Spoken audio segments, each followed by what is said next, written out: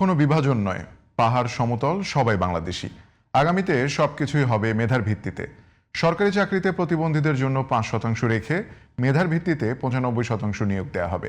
সকালে চট্টগ্রামের হোটেল র্যাডিসনের হলরুমে youth policy talk with Tarique Rahman প্রোগ্রামে এসব কথা বলেন বিএনপির চেয়ারম্যান।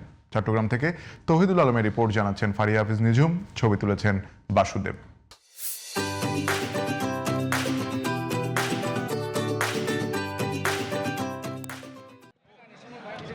সকালে চট্টগ্রামের বিভিন্ন বিশ্ববিদ্যালয় ও কলেজ শিক্ষার্থীদের অংশগ্রহণে আই হ্যাভ এ প্ল্যান এর আলোকে নগরীর একটি 5 তারকা হোটেলে অনুষ্ঠিত হয় youth policy talk with Tarique Rahman programme. এতে অংশ নেন প্রায় 350 শিক্ষার্থী।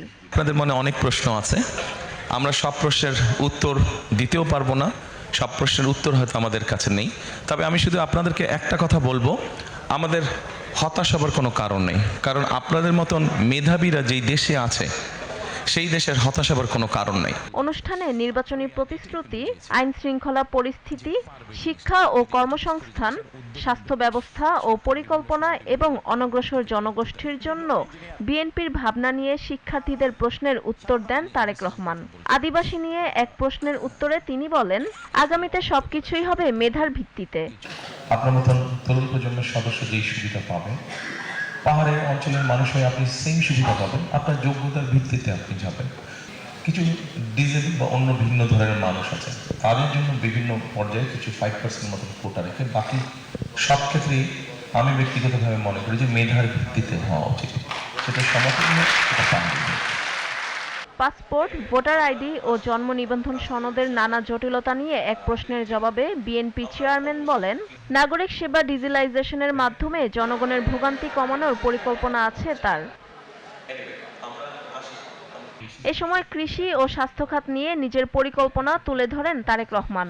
ওই কৃষকের যে ফোনটা আছে সেই ফোনের মাধ্যমে সে চেক করতে পারবে কালকে ওয়েদার সিচুয়েশন তার কি থাকবে, কালকে ওয়েদার সিচুয়েশন যদি তার পক্ষে থাকে তাহলে সে হারভেস্ট করতে পারবে অথবা সার দিতে পারবে বা যেটা তার প্রয়োজন সেটা করতে পারবে ওয়েদার চেক করে।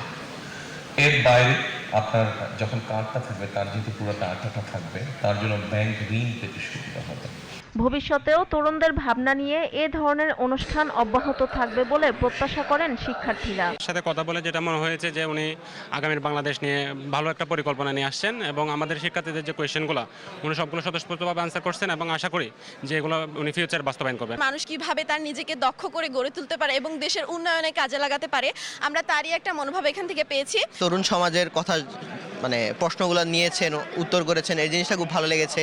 অনুষ্ঠানে আইন শৃঙ্খলা ও দুর্নীতি বন্ধের কঠোর পদক্ষেপ নেওয়ার পাশাপাশি ভোকেশনাল ইনস্টিটিউট ও শিক্ষার্থীদের সহজ শর্তে ঋণ দেওয়ার প্রতিশ্রুতি দেন বিএনপি চেয়ারম্যান তারেক রহমান। ফারিয়া হাফিজ নিঝুম, জিটিভি নিউজ।